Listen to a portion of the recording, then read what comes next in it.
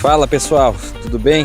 Aqui é o Maurício, você está no Entre Destinos e Histórias. Hoje a gente está fazendo uma trilha aqui no Superagui, de lá para a praia deserta. E enquanto eu estou fazendo essa trilha aqui, eu vou aproveitar para conversar um pouco com vocês sobre a história do Superagui. Bora lá?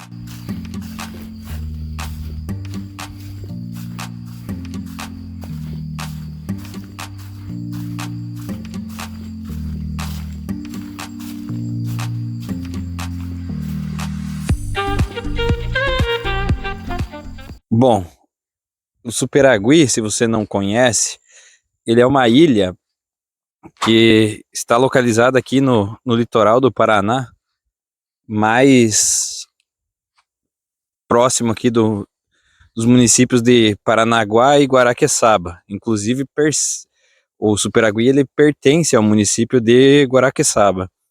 Esse local aqui que a gente está, ele nem sempre foi uma ilha. Aliás, a menor parte do tempo de existência dele é como ilha.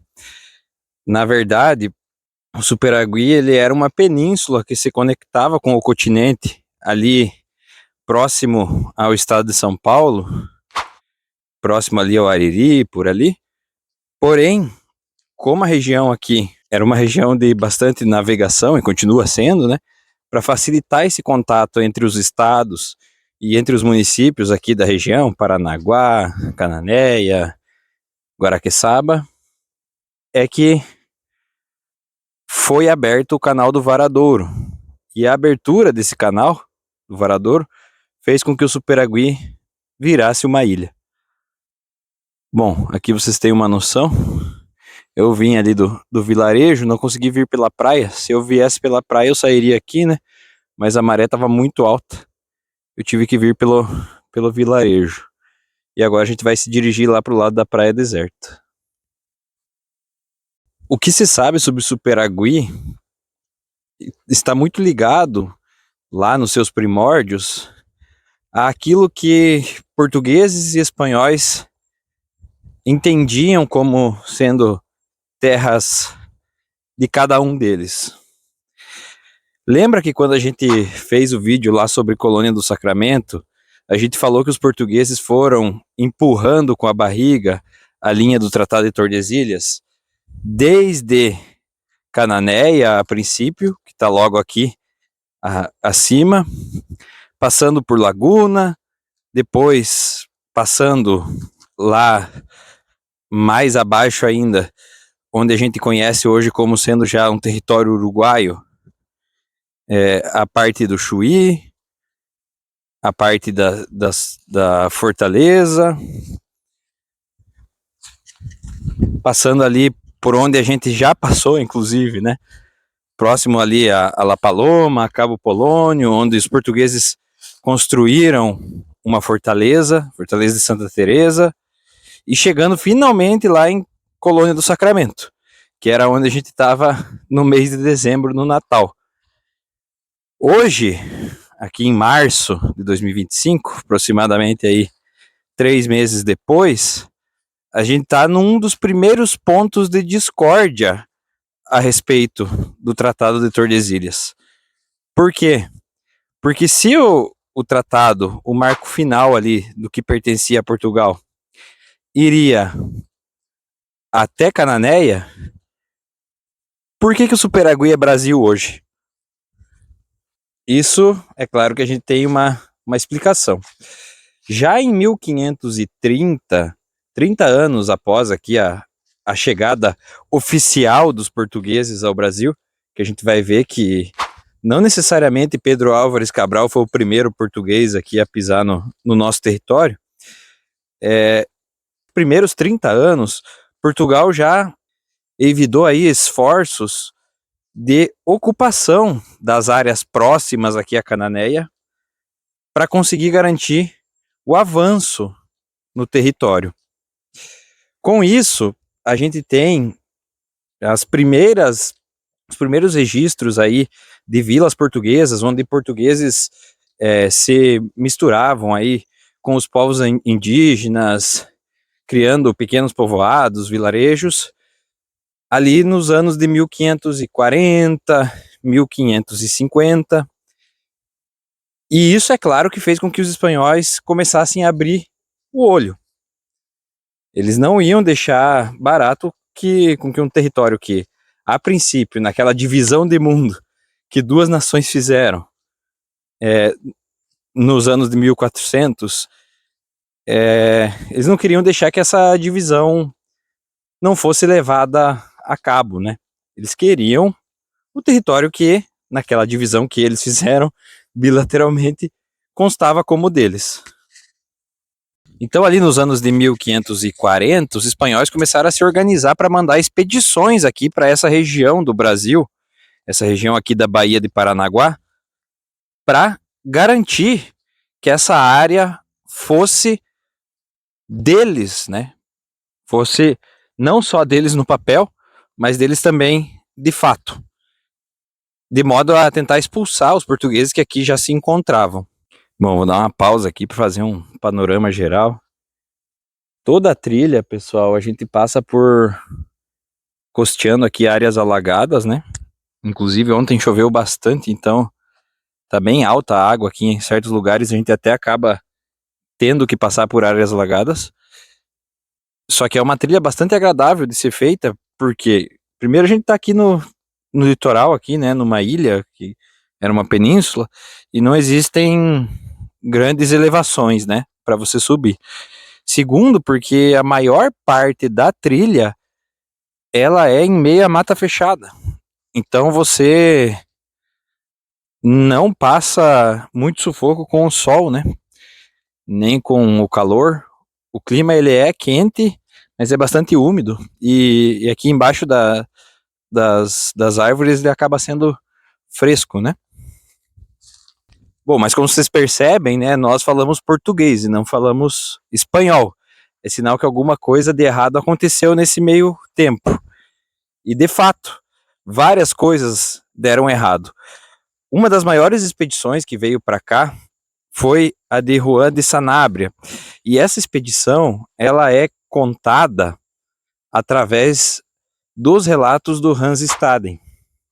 O livro do Hans Staden talvez seja o livro de aventura com mais riqueza de detalhes que exista, né? É um livro que muita gente compara com o livro do Robinson Crusoe, porém é um livro de histórias reais. O Hans Staden ele era um alemão que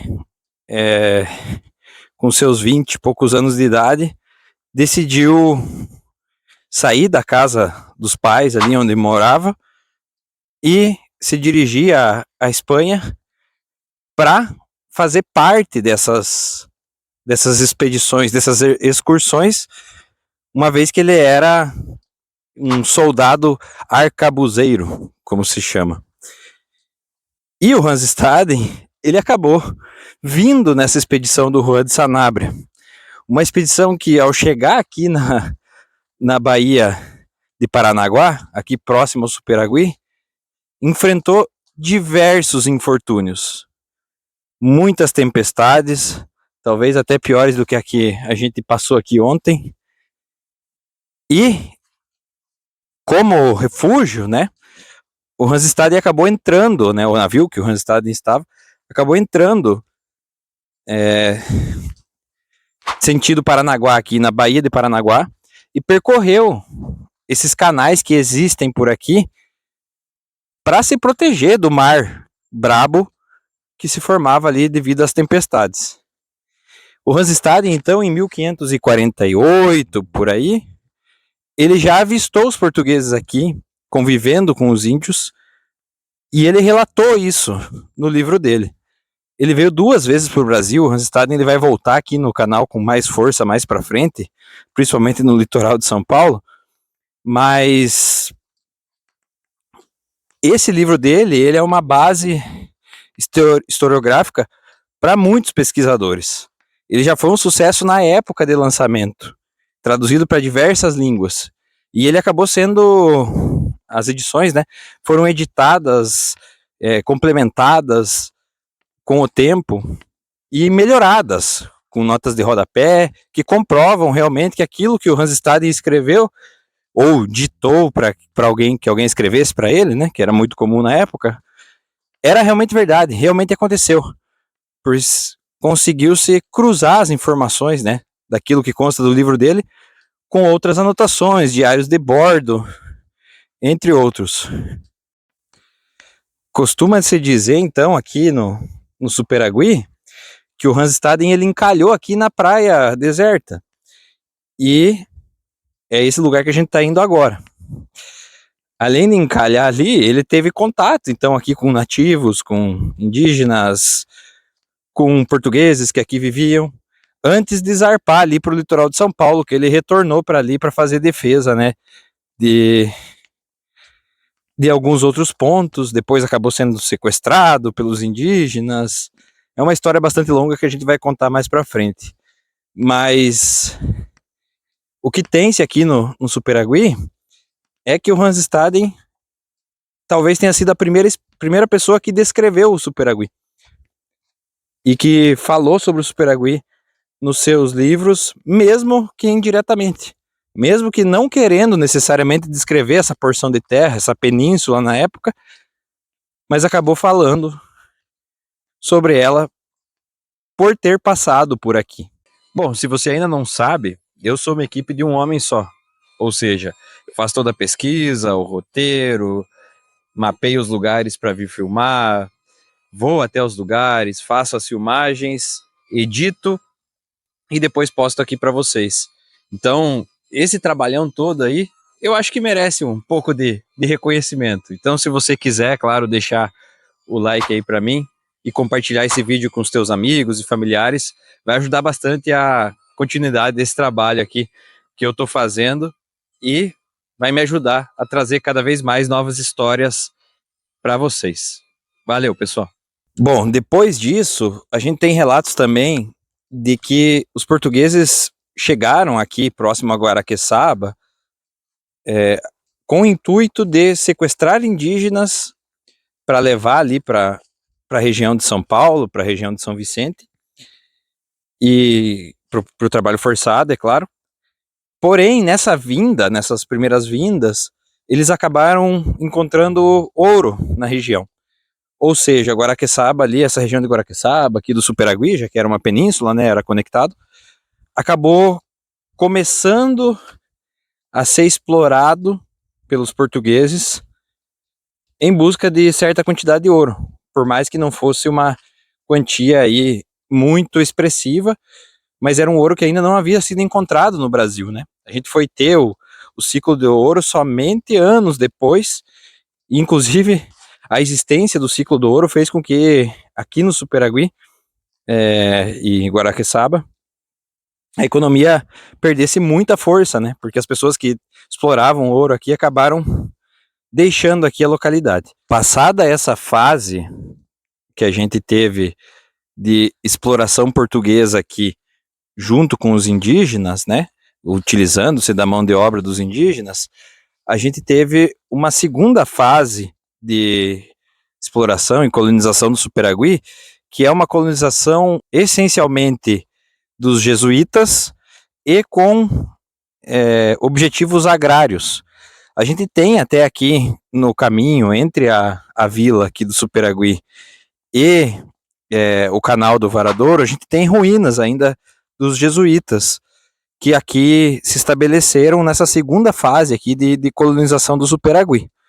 Essa segunda fase, ela veio a ter fim com a chegada dos suíços, né? Não no sentido de que os jesuítas necessariamente deixaram o local com a chegada dos suíços, mas que os suíços chegaram aqui com uma colonização bastante forte, com uma quantidade de pessoas bastante considerável e com objetivos bem claros aqui de colonização da região.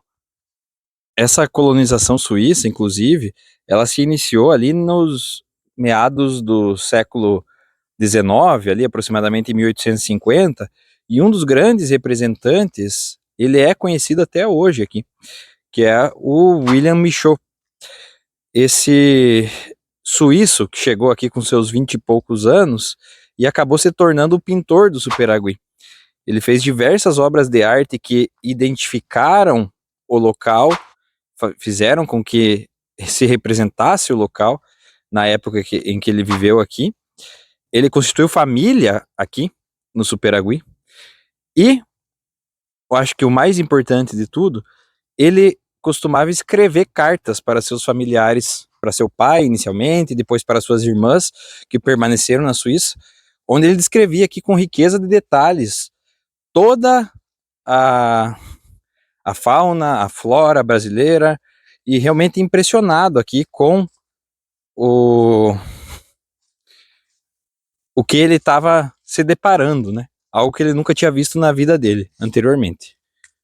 Tá, Maurício, mas aonde que foram parar essas obras dele, né? Já que elas são tão importantes aí para contar a história do Superagui, a história de toda a região. Bom, infelizmente, né, para nós aqui brasileiros, essas obras e as cartas e as pinturas, entre outros, foram todas enviadas pelo próprio William Michaux para a Suíça e integram hoje um museu lá na Suíça. Esse museu, inclusive, ele foi feito na casa onde ele residia antes de vir para o Brasil com seus familiares, e que suas irmãs continuaram a residir lá naquele local. Nos anos de 1850, o cônsul suíço em São Paulo, Charles Gentil, ele acabou adquirindo 35 hectares de terra aqui no município de, onde hoje, né, é o município de Guaraqueçaba, e buscou povoar essa terra, convencendo ali conterrâneos a virem para cá. Dentre eles, o Michaux foi um dos que acabaram aportando aqui na região. Porém, esse progresso econômico, ele durou ali, no máximo, onde a gente vê, até os anos de 1920. Por quê? Porque há um fator global para que a gente tenha tido uma queda aqui no Superagui.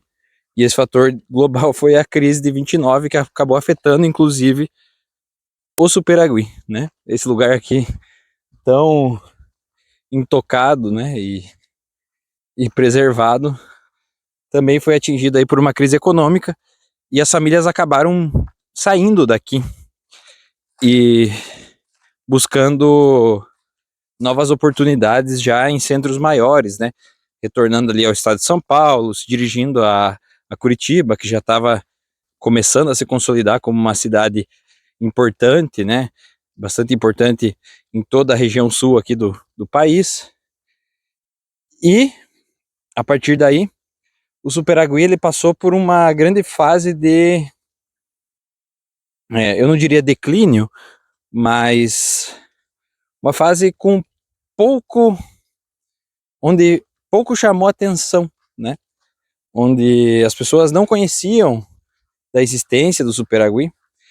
Foi falado sobre o Superagui algumas vezes entre os anos de 1930 e 2000, com maior frequência aí na mídia também, principalmente com a abertura ali do canal do Varadouro, nos anos de 1950, para facilitar a navegação.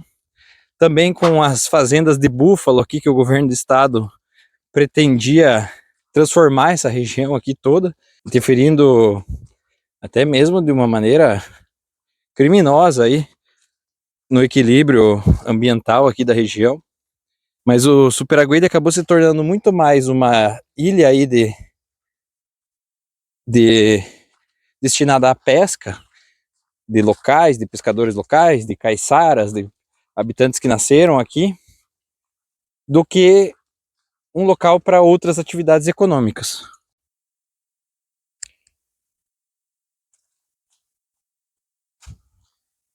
Quem me segue no Instagram já há mais tempo já sabe que esse aqui é um dos meus lugares preferidos aqui do Superaguí.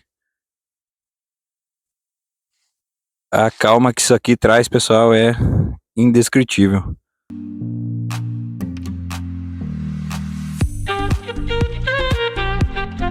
Contudo, isso foi mudando conforme os anos foram passando e a gente foi chegando aqui próximo aos anos 2000.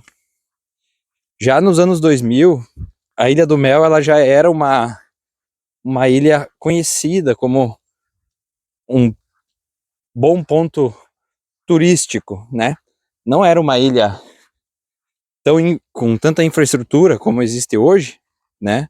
De pousadas, de bares, mas ela foi crescendo, né? E esse crescimento da Ilha do Mel fez com que se abrisse os olhos para as outras ilhas que existem aqui ao redor. Hoje, por exemplo, se você se dirige ali à Ilha do Mel, na época de temporada, ela vai provavelmente estar lotada, né? E com preços bastante salgados. Já aqui no Superaguí, por mais que, claro, os preços sejam mais caros do que no continente, porque a gente está numa ilha, né? Você tem que pensar que tudo chega aqui de barco, mas eles são mais baratos que na Ilha do Mel. Hospedagem, alimentação, entre outros. Além disso, aquilo que as pessoas costumavam buscar na Ilha do Mel, que era o sossego, ele começou a ficar mais escasso com o tempo. Porque a existência ali de grandes pontos turísticos, né, como o Farol,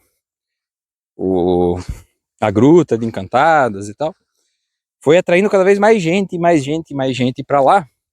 E as pessoas que buscavam sossego lá já não estavam mais vendo esse sossego com tanta frequência como viam nos anos anteriores. E acabaram encontrando aqui no Superaguí isso que elas tinham lá na Ilha do Mel anteriormente. Então o Superaguí hoje ele passa de uns anos para cá por esse crescimento aí no recebimento dos turistas. Porém, com uma cara, uma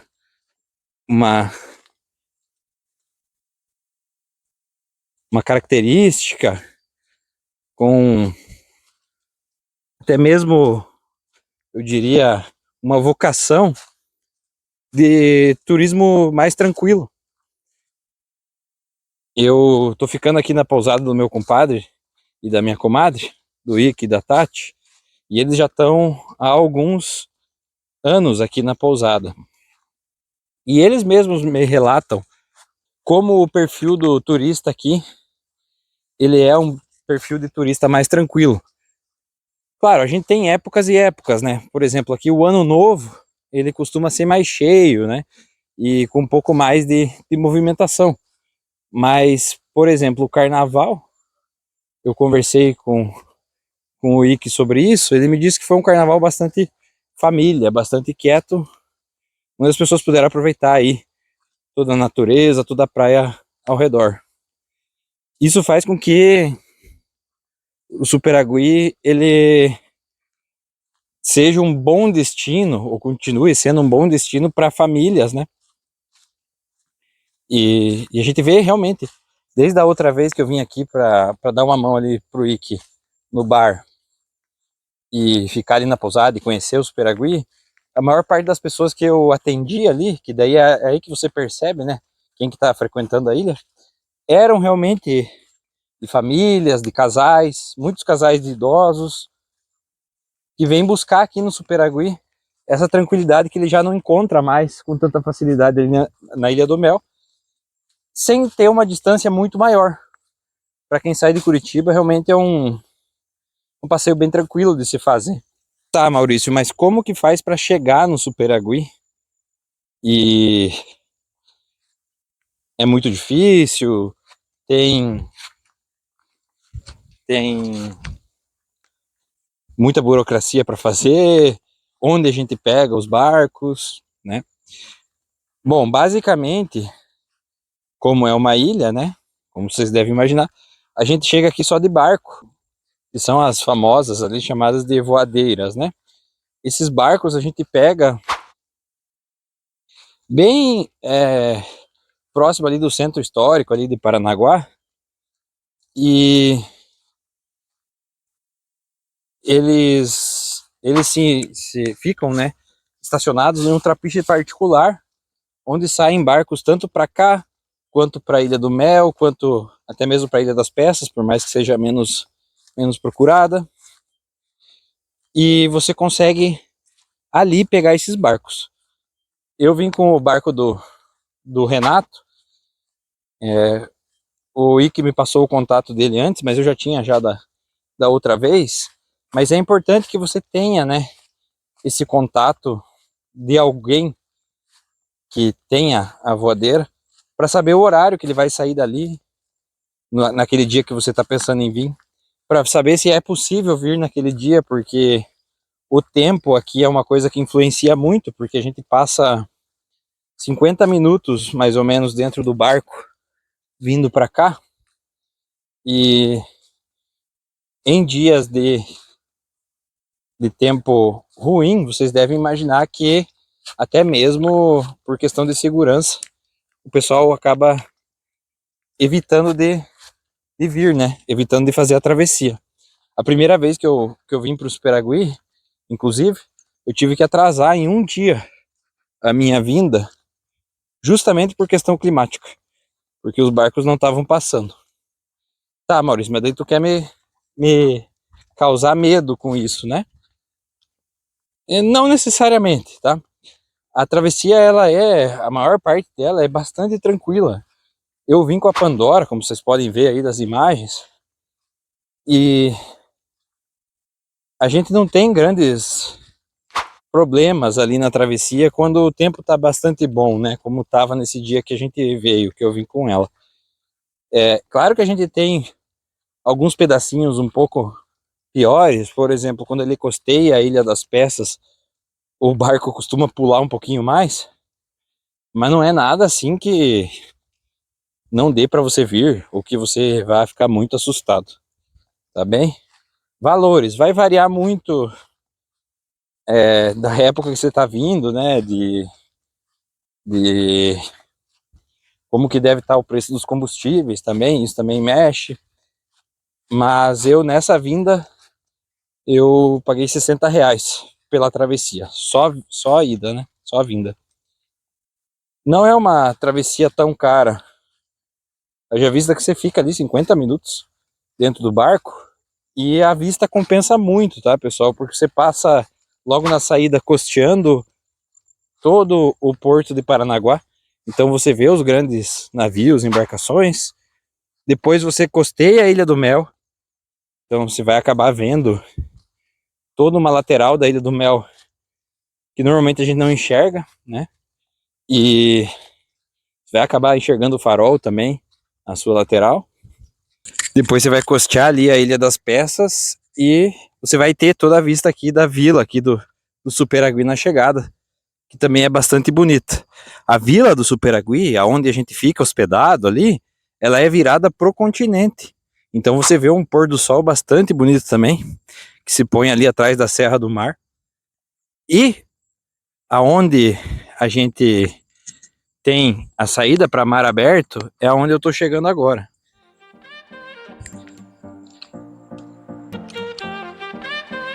Que é aqui na Praia Deserta.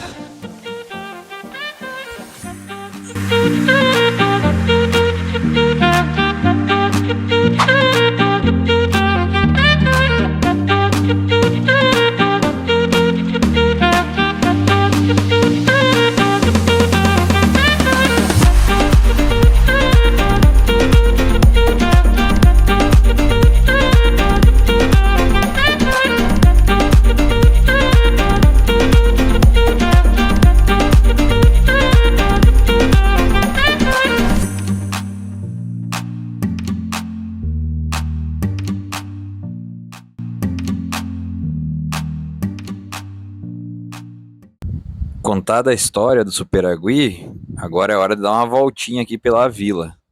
A vila é uma comunidade bastante pequena aqui de pessoas que reúne aqui alguns supermercados, restaurantes e pousadas. Esse caminho que eu estou fazendo é como se fosse saindo ali do Trapiche e indo até o mercadinho principal aqui da cidade.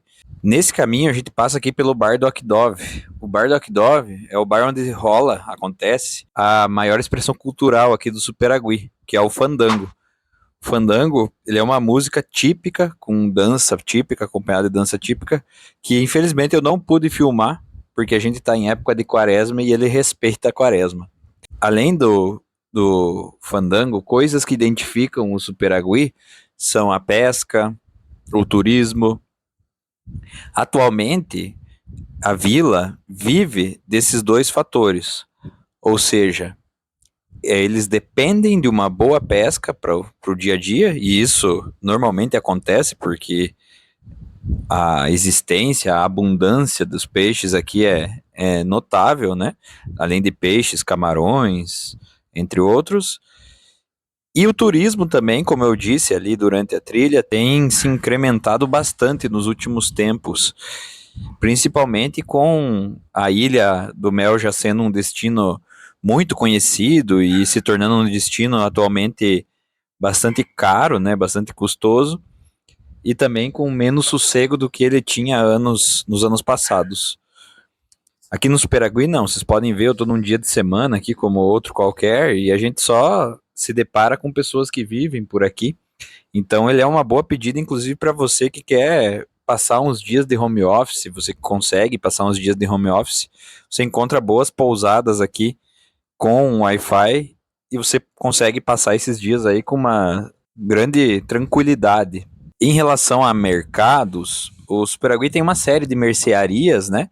Mas o maior mercado mesmo é esse que a gente está se dirigindo, que é o mercado do Pires. Na minha esquerda aqui eu estou passando pelo colégio, aqui pela escolinha aqui do Superagui. Então a gente tem sim uma escola aqui para atender os locais, as crianças locais, né? Elas não precisam ir para Guaraqueçaba. Nesses dias, inclusive, estava tendo aula, então eu pude presenciar aí os pais indo buscar seus filhos, ou alguns deles indo embora sozinhos de bicicleta, ou a pé mesmo para suas casas logo após as aulas. As casas são bastante pequenas mesmo, né? E bastante simples, porém, essa vida simples aqui do Superagui, eu creio que é um dos principais fatores positivos aqui da ilha. A gente consegue perceber essa calmaria, essa tranquilidade em todos os aspectos aqui da ilha. Isso porque aqui, como vocês perceberam, né, a gente só anda a pé ou de bicicleta, né? Não pode ter veículos motorizados, até porque aqui é um parque nacional, né? A gente tem o ICMBio aqui fiscalizando. É claro que vocês vão enxergar uma moto ou outra andando pela praia, mas sempre em alguns horários em que o ICMBio não está passando, né? Até porque se for pego, é apreendido. Então os meios de transporte aqui são a bicicleta e o barco. Já tendo uma noção aqui do centrinho, eu queria só por último deixar uma recomendação aqui para vocês, fazer um convite para vocês com essa imagem, né? É impossível não dar vontade de frequentar ou de conhecer a pousada Maresia, que é a pousada dos meus compadres, ao se deparar com uma cena como esta, né? Basicamente, essa janela aqui foi o meu quarto nos dias que eu estive no Superagui. Também pode ser o seu se você quiser passar um tempo de sossego e tranquilidade lá na ilha.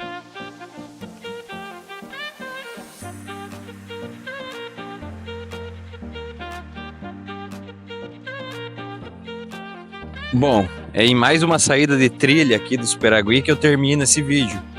Queria agradecer a todo mundo que assistiu até o final. Dizer que o Superagui é um lugar que, se você ainda não conhece, eu acho que vale a pena você reservar aí uns 3, 4 dias para que você venha e desfrute desses momentos tranquilos que a gente tem por aqui. Beleza, pessoal? Sempre pedindo aí o seu like, o seu compartilhamento e até a próxima. Falou!